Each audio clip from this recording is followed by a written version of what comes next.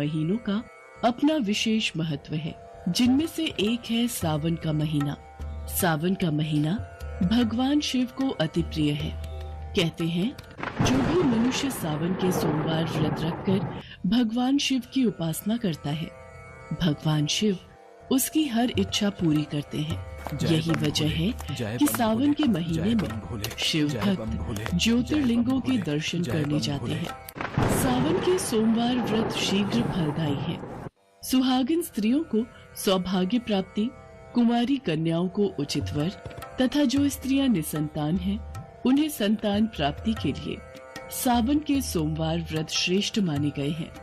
मन वांछित फल देने वाले सावन के सोमवार व्रत की एक प्रचलित कथा के अनुसार सोहनलाल नाम का एक साहूकार था, जो भगवान शिव का अनन्य भक्त था।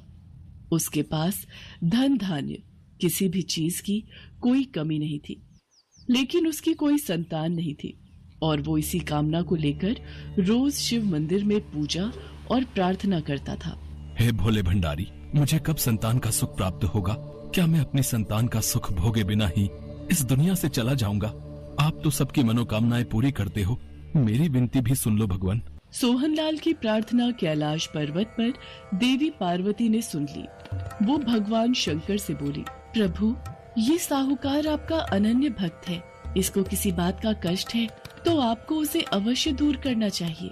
देवी पार्वती, साहूकार के घर संतान नहीं है, ये इसी बात से दुखी है।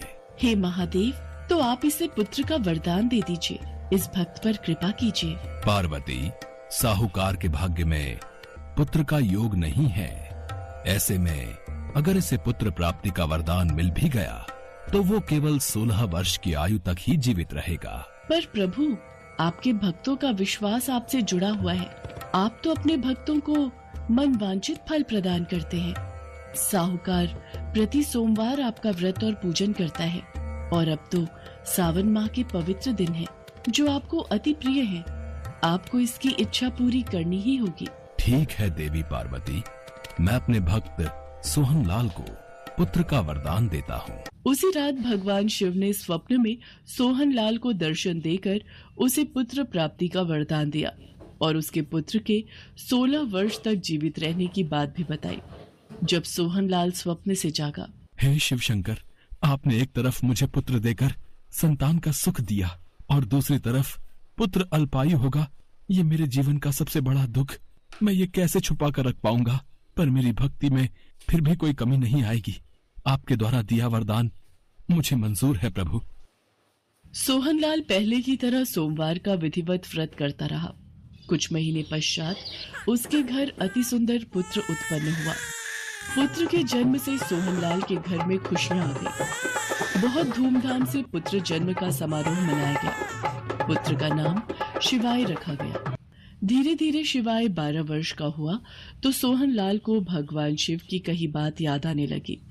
उसने अपने साले महेश को बुलाया और बोला, महेश, तुम शिवाय को काशी नगरी विद्या प्राप्ति के लिए ले जाओ और रास्ते में इसके हाथों से ब्राह्मणों को भोजन और दान दक्षिणा कराते हुए जाना। ठीक है जीजा जी, मैं कल प्रातः ही शिवाय के साथ काशी के लिए प्रस्थान करता हूँ। संबंध में शिवाय और महेश से बात की। महेश ने धन मिलने के लालच में वर के पिता की बात स्वीकार कर ली और शिवाय को दूल्हे के वस्त्र पहनाकर राजकुमारी से विवाह करा दिया। राजा ने बहुत सा धन देकर राजकुमारी को विदा किया। शिवाय राजकुमारी से सच नहीं छिपा सका और उसने जाते हुए राजकुमारी की चुनरी पर लिख दिया, राजकुमारी, तुम्हारा विवाह तो मेरे साथ हुआ था। मैं तो वाराणसी में शिक्षा प्राप्त करने जा रहा हूँ। अब तुम्हें जिस नवयुवक की पत्नी बनना पड़ेगा वो कान्हा है। राजकुमारी देखती है कि जिस लड़के से उनका विवाह हुआ था उसकी जगह सचमुच एक कान्हा राजकुमार खड़ा है। पिताजी महाराज, मैं इस लड़के के साथ विदा होकर नहीं जाऊंगी। मेरा विवाह तो किसी और के साथ हुआ है, जो अपनी विद्या पूरी करने वाराणसी गए हैं। राजा ने सब बातें जानकर राजकुमारी को महल में रख लिया। उधर शिवाय अपने मामा महेश के साथ वाराणसी पहुंच गया। शिवाय ने 60 रुपए। यार ये पेमेंट्स कितनी आसान हो गई ना। ने गुरुकुल में पढ़ना शुरू कर दिया। धीरे धीरे वक्त बीता। शिवाय 16 वर्ष का हो चुका था। एक दिन शिवाय यज्ञ करके ब्राह्मणों को दान दक्षिणा देकर रात के वक्त जब शयन कक्ष में सो रहा था, शिव जी के वरदान के अनुसार उसके प्राण पखेरु उड़ गए। अगली सुबह जब महेश कमरे में आया, आज शिवाय सोकर नहीं उठा, रोजाना तो जल्दी उठ जाता है। शिवाय बेटा उठ। अरे तू उठ क्यों नहीं रहा? नहीं शिवाय, तू ऐसे कैसे इस दुनिया से चला गया? मैं जीजा जी को क्या जवाब दूंगा?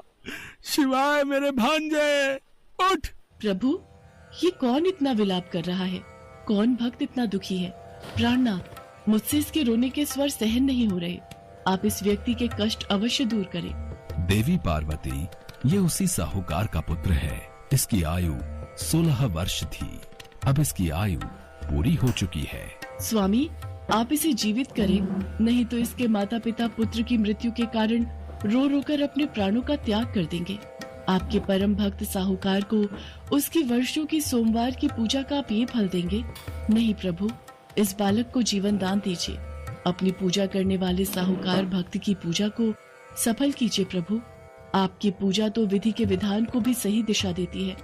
आप अपने भक्तों के सारे कष्ट दूर करते हैं प्रभु। तुम ठीक कह रही हो देवी पार्वती। आज अपनी पूजा करने वाले परम भक्त के लिए मुझे ये विधि का विधान बदलना होगा। मैं शिवाय की जीवन रेखा से अल्पायु योग हटाकर इसे दीर्घ आयु रहने का आशीर्वाद देता हूँ। पार्वती के आग्रह करने पर भगवान शिव ने शिवाय को जीवित होने का वरदान दिया और कुछ ही पल में वो जीवित होकर उठ बैठा। शिक्षा समाप्त करके शिवाय मामा के साथ अपने नगर की ओर चल दिया। दोनों चलते हुए उसी नगर में पहुंचे जहां शिवाय का विवाह हुआ था। मामा जी, मैं इस नगरी में रुककर यज्ञ का आयोजन करना चाहता हूँ। भगवान भोलेनाथ ने मुझे नया जीवन प्रदान किया है, इसलिए यही मेरी इच्छा है। ठीक है शिवाय बेटा, हम एक दिन यहाँ रुककर यज्ञ का आयोजन करते हैं। महेश और शिवाय वहीं रुक गए। शिवाय को देखकर राजकुमारी बहुत प्रसन्न हुई। महेश और शिवाय को कुछ दिन महल में रहने का अनुरोध करके राजा ने बहुत सा धन, वस्त्र आदि देकर राजकुमारी को शिवाय के साथ विदा किया। उधर सोहनलाल अपनी पत्नी को सच बता चुका था। वे दोनों सोच चुके थे कि यदि शिवाय सकुशल नहीं लौटा तो वे दोनों भगवान शंकर के सामने अपने प्राण त्याग देंगे। पर समय पर एक सेवक ने आकर उन्हें शिवाय के लौटने की खुशखबरी दे दी।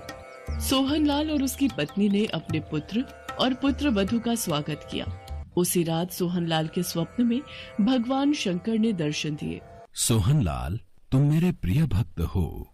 मैंने तुम्हारे द्वारा किए गए सावन के सोमवार व्रत और पूजा से प्रसन्न होकर तुम्हारे पुत्र को लंबी आयु प्रदान की है। तुम्हारी पूजा और भक्ति से मैं बहुत प्रसन्न हूँ। मेरा आशीर्वाद सदैव तुम्हारे परिवार पर बना रहेगा। ये कहकर भगवान शंकर अंतर्ध्यान हो गए। भगवान शंकर की भक्ति करते हुए सोहनलाल को मोक्ष प्राप्त हुआ।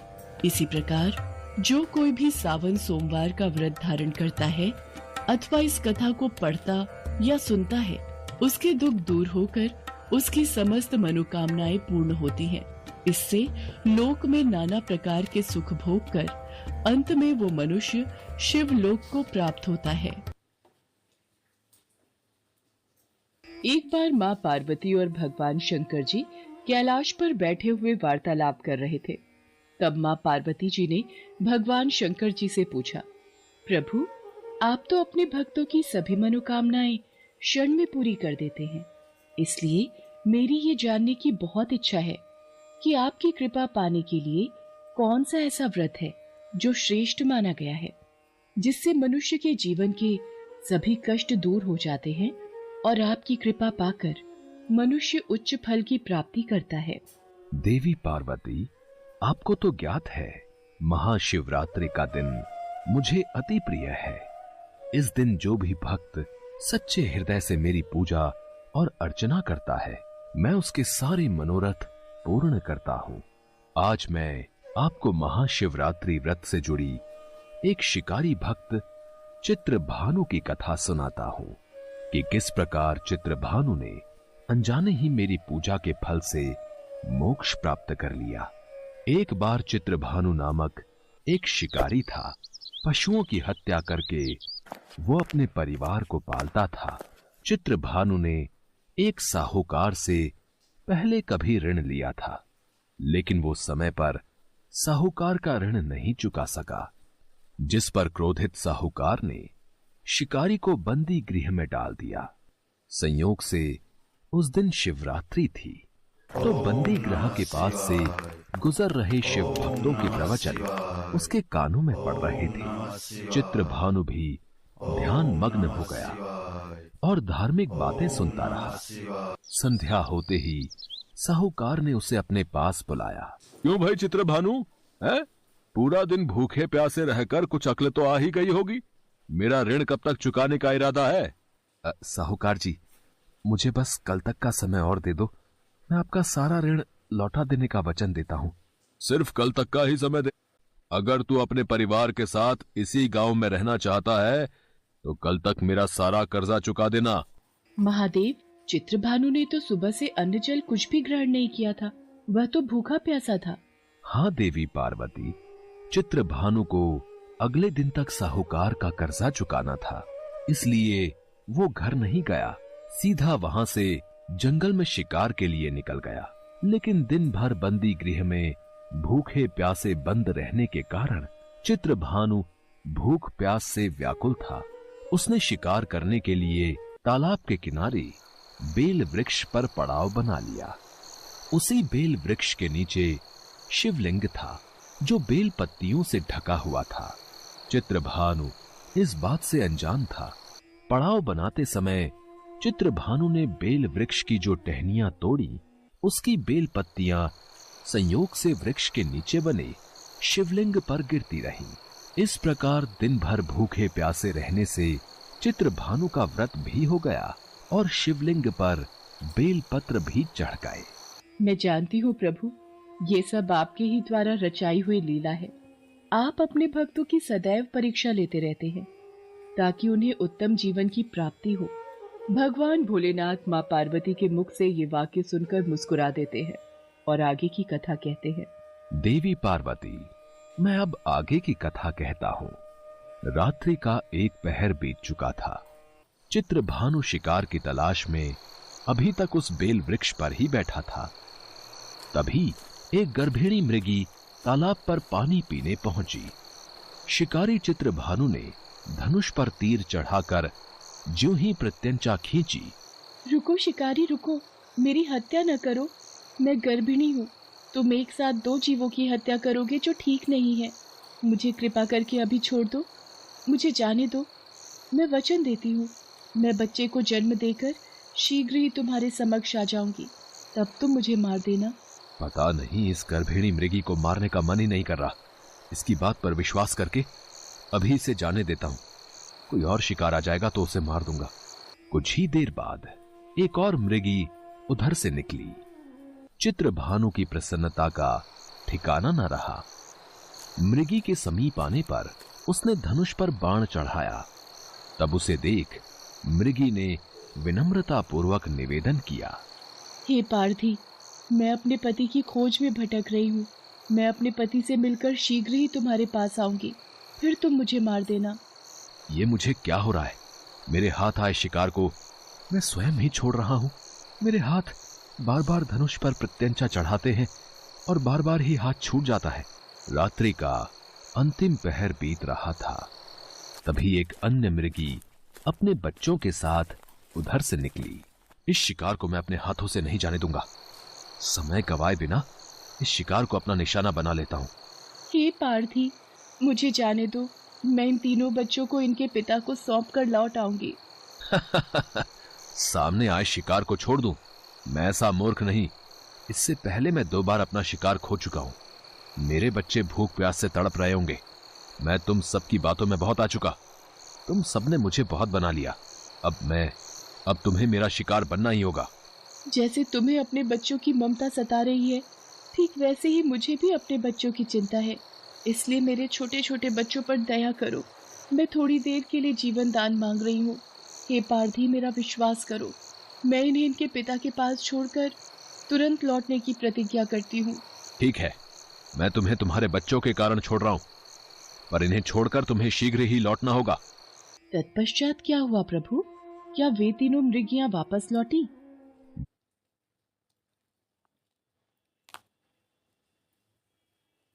देवी पार्वती, आगे की कथा यूं रहो, पर इन्हें छोड़कर तुम्हें शीघ्र ही लौटना होगा। तत्पश्चात क्या हुआ प्रभु? क्या वे तीनों मृगियां वापस लौटी? देवी पार्वती, आगे की कथा यूं इस तरह से विपरीत होती है। जब शिकार के अभाव में बेल वृक्ष पर बैठा शिकारी चित्रभानु बेल पत्र तोड़ तोड़कर नीचे फेंकता जा रहा था, पौ फटने को हुई तो एक हृष्ट पुष्ट मृग उसी रास्ते पर आया। चित्रभानु ने सोच लिया था कि इसका शिकार वो अवश्य करेगा। शिकारी की तनी प्रत्यंचा देखकर वो मृग विनीत स्वर में बोला, हे पारधी भाई, यदि तुमने मुझसे पूर्व आने वाली 3 मृगियों तथा छोटे छोटे बच्चों को मार डाला है, तो मुझे भी मारने में विलंब ना करो, ताकि मुझे उनके वियोग में एक क्षण भी दुख न सहना पड़े। मैं उन मृगियों का पति हूं। यदि तुमने उन्हें जीवन दान दिया है, तो मुझे भी कुछ क्षण का जीवन देने की कृपा करो। मैं उनसे मिलकर तुम्हारे समक्ष उपस्थित हो जाऊंगा। मृग की बात सुनते ही चित्रभानु के सामने पूरी रात का घटना चक्र घूम गया। उसने सारी कथा मृग को सुना दी। हे पार्थी, यदि तुमने मुझे मार दिया, तो मेरी तीनों पत्नियां जिस प्रकार वापस लौट कर आने के लिए प्रतिज्ञाबद्ध होकर गई हैं, वो मेरी मृत्यु से अपने धर्म का पालन नहीं कर पाएंगी। अतः जैसे तुमने उन्हें विश्वास करके छोड़ा है, वैसे ही मुझे भी जाने दो। मैं उन सब के साथ तुम्हारे सामने शीघ्र ही उपस्थित होता हूं। अनजाने ही शिवरात्रि व्रत करने, रात्रि जागरण तथा शिवलिंग पर बेलपत्र चढ़ने से शिकारी चित्रभानु का हिंसक हृदय निर्मल हो गया था।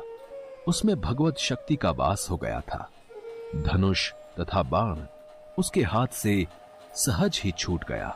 प्रभु, ये सब आपकी अनुकंपा है, जो चित्रभानु जैसे हिंसक शिकारी का हृदय भी करुणा से भराया है। थोड़ी ही देर बाद वो मृग सपरिवार शिकारी के समक्ष उपस्थित हो गया, ताकि वो उनका शिकार कर सके। किंतु जंगली पशुओं की ऐसी सत्यता, सात्विकता एवं सामूहिक प्रेम भावना देखकर चित्रभानु को बड़ी ग्लानि हुई। उसके नेत्रों से आंसुओं की झड़ी लग गई। उस मृग परिवार को न मारकर चित्रभानु ने अपने कठोर हृदय को जीव हिंसा से हटा सदा के लिए कोमल एवं दयालु बना लिया। आपके महाशिवरात्रि व्रत और त्योहार में सचमुच कितनी शक्ति है, जो कि चित्रभानु जैसे एक हिंसक शिकारी की प्रवृत्ति में भी बदलाव कर सकती है।